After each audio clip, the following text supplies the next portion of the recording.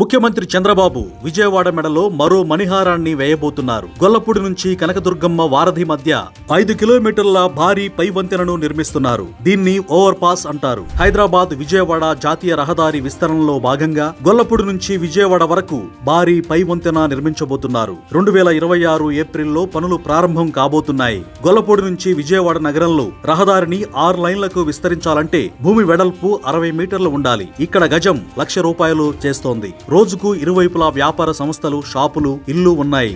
5 కిలోమీటర్లకు భూమిని సేకరించాలంటే వీటన్నింటినీ తొలగించడంతో పాటు 1000 కోట్లు అవసరమవుతాయని అంచనా. అలా కాకుండా పై వంతెన నిర్మిస్తే 500 కోట్లతో అయిపోతుందని జాతీయ రహదారుల సంస్థ, రాష్ట్ర ప్రభుత్వం ఒక నిర్ణయానికి వచ్చాయి. కింద రోడ్డును సర్వీస్ రోడ్డుగా మార్చి పై వంతెన నుంచి విశాఖ వైపు వెళ్లే వాహనాలను పంపిస్తారు. దీంతో ఎటువంటి ట్రాఫిక్ లేకుండా వాహనాలన్నీ నేరుగా కనకదుర్గమ్మ వారధి, బెంజి సర్కిల్ మీదుగా ఏలూరు, రాజమండ్రి మార్గంలోకి ప్రవేశిస్తాయి. దీనికి సంబంధించిన DPR కూడా సిద్ధమైంది.